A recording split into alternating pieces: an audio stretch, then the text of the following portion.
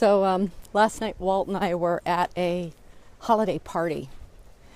And like a lot of parties, we're sitting talking to folks, and it came up that I'm a book coach, and everybody's, like 5 people at a table of about 20 said they'd always wanted to write a book. And I realized writing a book is one of those bucket list items. Everybody wants to run a marathon, everybody wants to write a book, and everybody wants to go to Paris. So I started thinking about, well, if it's a common dream, what stops people from writing a book? And the more I think about it, there's essentially five big reasons people don't write their books.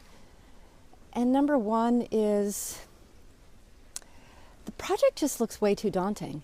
If you look at a book as in its entirety, it's just way too big to take on. So you sit down and if you have no idea how to break down the process, generally you don't even start. It's one of the reasons I wrote the book, How to Eat the Elephant, build your book in bite-sized steps. It's because you have to take on one decision at a time. You have to make one choice at a time and move on to the next. And that's the only way you can take on a big project. But just, thinking about anything that big in its entirety is just enough to totally stop you. Here's another thing. Writing isn't actually as easy as it looks. If you read Paulo Coelho's The Alchemist, if you read, Hemingway makes writing look so easy. A lot of people who start writing a book, they can tell a really mean story.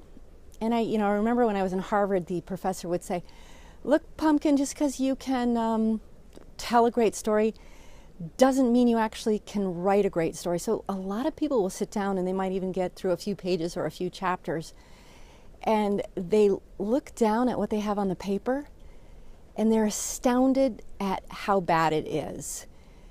And so you actually have to learn how to tell a story. There's a process to it. And, it's easy to get thwarted when you look at your first attempts because you think that there's something wrong. And it's actually you haven't carried through. We get taught in school how to write an academic paper, but nobody teaches you how to write a story. And I think that's one of the things that stops people, because they don't know how to do it. And it's something that can be taught. It's something I teach. Here's the biggest one. Here's the biggie. It's really scary to tell the truth and to have your true thoughts and opinions in black and white down on the page. So people will get started writing and they realize that part of their story involves other people that they love, people in their families, even clients. And it's very scary to tell the truth because we don't know how it's going to shake out for us. Here's the last one, I think. Well, not the last one, because there are obviously lots more reasons, but this is kind of the most common, is that people think, okay, I'm going to spend all this time writing a book, but then for what? Because they have no clue how they're going to get their work into print.